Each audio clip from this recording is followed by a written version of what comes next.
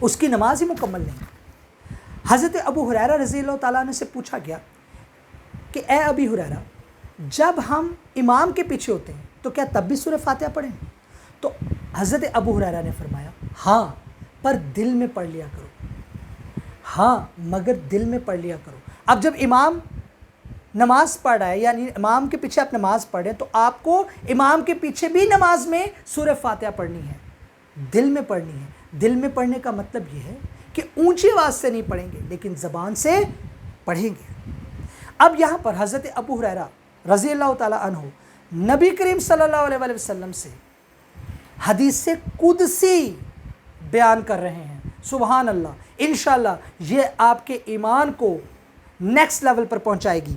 حدیث قدسی، اللہ کے رسول صلی اللہ علیہ وسلم فرماتے ہیں کہ اللہ تعالیٰ نے فرمایا جب بندہ سورہ فاتحہ کی پہلی آیت پڑھتا ہے الحمدللہ رب العالمین، تو اللہ تعالیٰ فرماتا ہے کہ میرے بندے نے میری تعریف کی۔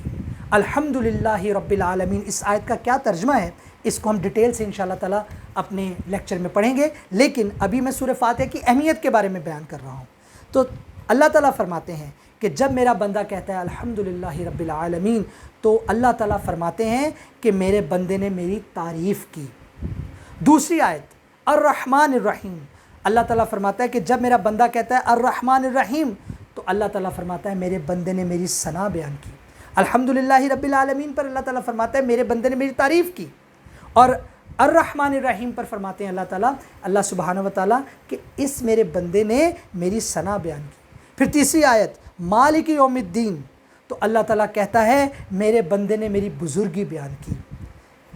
اسی حدیث میں اس بات کے، اس آیت کے حوالے سے اللہ تعالیٰ کا ایک اور جواب بھی حضرت ابو ہریرہ نقل فرما رہے ہیں، جس میں حضرت ابو ہریرہ فرماتے ہیں کہ اللہ تعالیٰ فرماتا ہے کہ میرے بندے نے اپنے معاملات مجھے سپرد کر دیے۔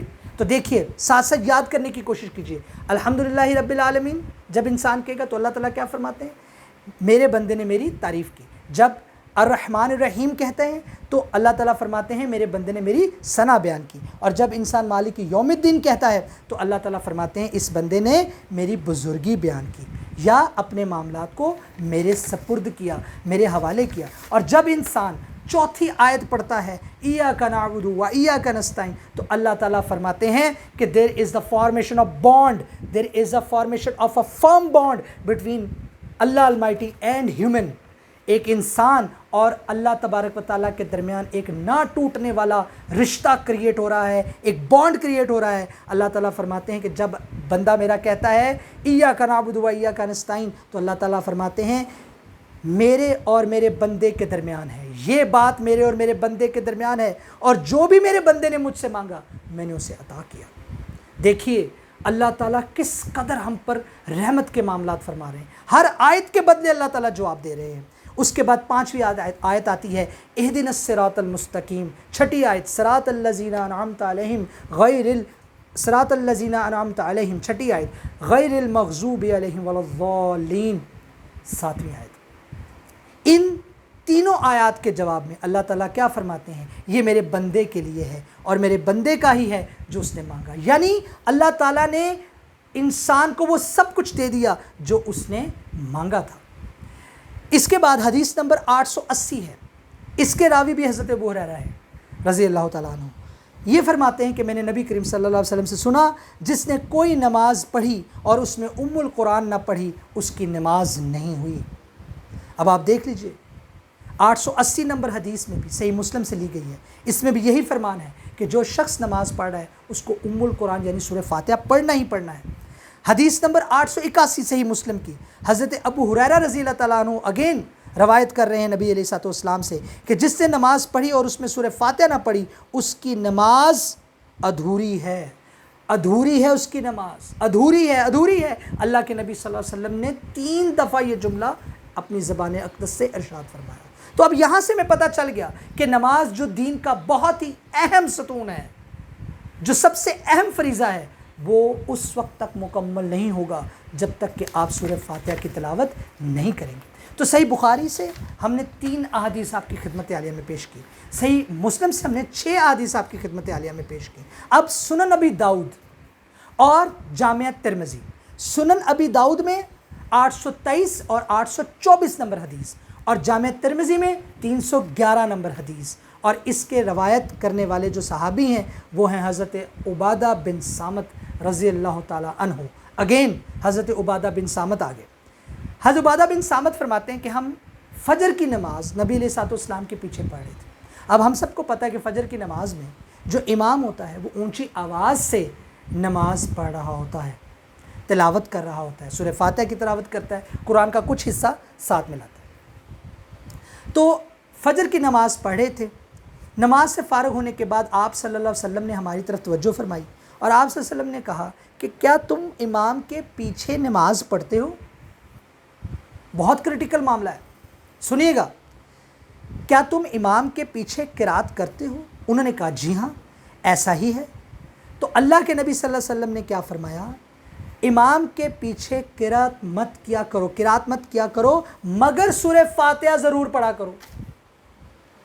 دیکھ لیجئے کیا پوائنٹ ہے، یہ اللہ کے نبی کا کس طرف اشارہ ہے کہ آپ سورہ فاتحہ امام کے پیچھے پڑھیں گے تو نماز ہوگی، چاہے امام قرات کر رہا ہے یا نہیں کر رہا، آپ کو سورہ فاتحہ پڑھنی ہے اللہ کے نبی کے ارشاد کے مطابق۔ تو اللہ کے نبی کیا فرما رہے ہیں کہ قرات مت کیا کرو مگر سورہ فاتحہ ضرور پڑھا کرو، کیونکہ اس کی نماز ہی نہیں ہوتی جس نے سورہ فاتحہ نہیں پڑھی۔ تو اب آپ دیکھ لیجئے سنن ابی داؤد میں یہ 823 اور 824 نمبر حدیث ہے، جامعہ ترمذی میں یہ 311 نمبر حدیث ہے۔ مطلب یہ پتہ چلا، مسئلہ یہاں سے یہ ڈرائیو ہوا کہ نماز جو کہ امت مسلمہ پر فرض ہے اس میں ہر مسلمان کو سورہ فاتحہ پڑھنی ہی پڑھنی ہے، چاہے وہ امام کے پیچھے اس طرح سے ہے کہ امام قرات کر رہا ہے یا امام کے پیچھے اس طرح سے ہے کہ امام قرات نہیں کر رہا، سورہ فاتحہ پڑھنا ہی پڑھنا ہے۔ اور اگر آپ مزید اس کے بارے میں کچھ انفارمیشن حاصل کرنا چاہتے ہیں تو اللہ تعالیٰ اجر عظیم عطا فرمائے امام محمد بن اسماعیل بخاری رحمۃ اللہ علیہ کو، امام بخاری کے مصنف حضرت امام محمد بن اسماعیل بخاری رحمۃ اللہ علیہ، انہوں نے نماز میں سورہ فاتحہ سے ریلیٹڈ قرات کرنے یا نہ کرنے پر پوری ایک کتاب لکھی ہے جس کا نام ہے جزو القراء۔ اس میں تقریباً امام بخاری 300 احادیث لے کر آئے ہیں صحیح اسناد کے ساتھ، پڑھیں کرسٹل کلیئر پکچر ہو جائے گی کہ سورہ فاتحہ نماز میں پڑھنی ہے کہ نہیں پڑھنی۔ اس کے بعد امام بہقی رحمہ اللہ علیہ نے بھی ایک کتاب لکھی ہے جس کا نام ہے کتاب القراء، اس میں 400 احادیث امام بہقی لے کر آئے ہیں، 400 احادیث صحیح اسناد کے ساتھ، جس سے فاتحہ خلف الامام کا معاملہ کرسٹل کلیئر ہو جاتا ہے۔ یہ احادیث بیان کرنے کا جو اصل بنیادی مقصد تھا وہ کیا تھا؟ وہ یہ تھا کہ آپ کو اور مجھے یہ بات پتہ چل جائے کہ کسی مسلمان کی نماز ہی نہیں جب تک کہ اس میں سورہ فاتحہ نہیں پڑھی گئی۔ اور اگر اس سے متعلق مزید کچھ آپ کے سوالات ہیں تو آپ بہتر تو یہی ہے کہ یہ کتابیں لے آئیں، ایک جزو القراء جو امام بخاری نے لکھی ہے اور ایک کتاب القراء۔ 300 احادیث جزو القراء میں ہیں، 400 احادیث کتاب القراء میں ہیں، یعنی 700 احادیث موجود ہیں ان کتابوں میں، جن سے ہم یہ بات سمجھ سکتے ہیں کہ قرآن کریم کی سورہ فاتحہ کے بغیر، قرآن کریم میں موجود سورہ فاتحہ پڑھے بغیر کسی بھی مسلمان کی نماز مکمل نہیں ہے، قبول نہیں ہے۔ تو انشاءاللہ تعالی اب ہم لوگ سورہ فاتحہ کا انسانی زندگی کے ساتھ تعلق کے بارے میں جاننے کی کوشش کریں گے اور اس کی ترجمہ اور تفسیر کمپریہنسولی انشاءاللہ تعالی اسٹڈی کرنے کی کوشش کریں گے۔